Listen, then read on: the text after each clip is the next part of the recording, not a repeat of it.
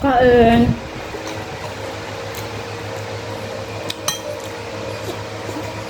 Kain tayo ng laham ng Bengali. Bengali restaurant. Mas maanghang pa sa ano. Mas maanghang pa sa Pakistan ano, dishes. It's very spicy. Only less spicy. Oh, too spicy lalo. Less spicy pero nag-usok-usok na ang nguso ko. Yeah, for Bengali people, still less spicy. Usok-usok na ang nguso ko. Kunting anghang pa lang daw sa kanya. With this one, like this, they still eat green chili direct.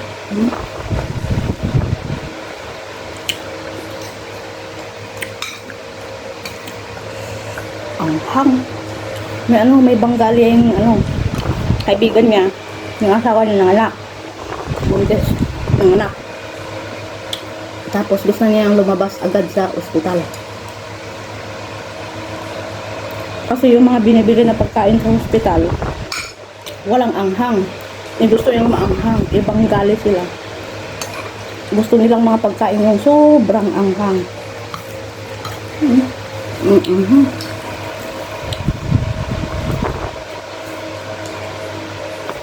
Hindi mo na maramdaman, malasahan kung ano yung lasa ng pagkain kasi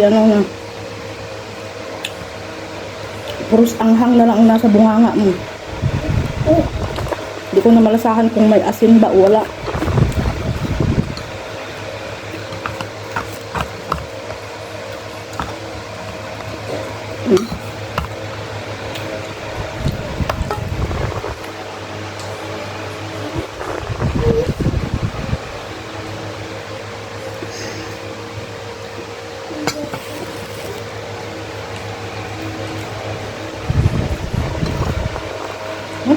What he eat? Binibigyan. Siguro mamaya i-orderan namin ang baby boy ng kanyang pagkain. Kasi maanghang talaga.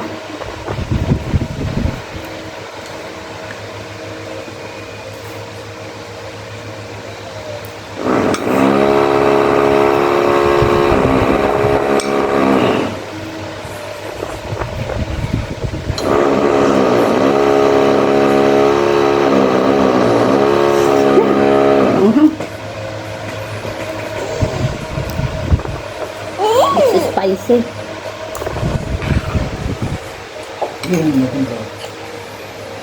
Asan? Tama saan? Asan? Oh. Oh.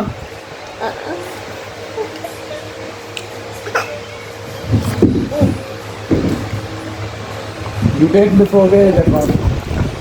Take this one.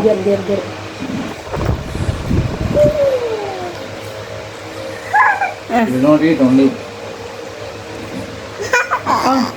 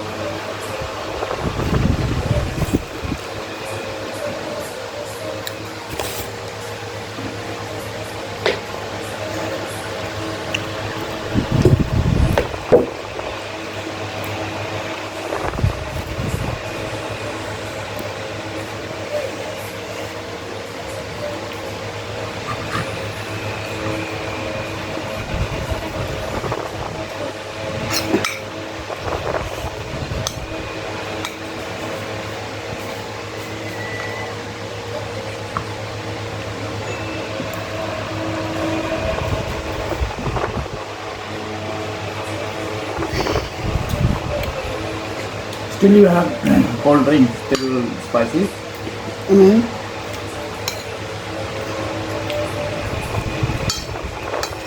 This one very spicy. It's spicy, but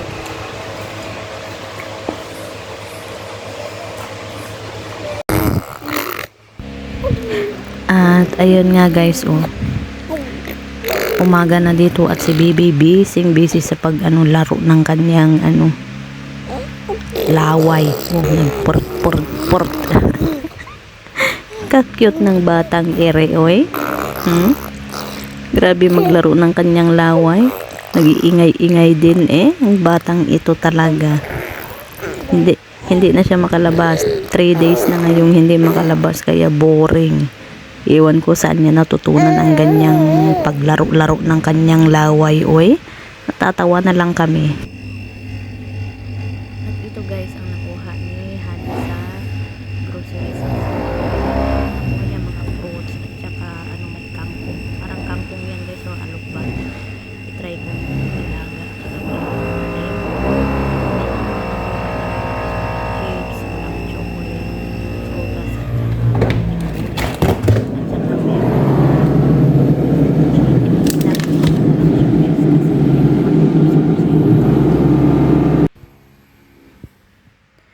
ganito pa rin kasi sa harap namin guys, so hindi kami makapasok basta-basta sa kusina. At ayan nga ang nagawa na lao dyan, yung malaking tubo para kunin yung mga dumi pagka napuno, pero ilang months yan bago mapuno. Ayan, pero ang lupa, itong problema lupa, hindi kami makabasta-basta makalabas makapagluto sa kusina, kaya puros order talagang pagkain namin ngayon. Ilang araw ng order lang pagkain namin.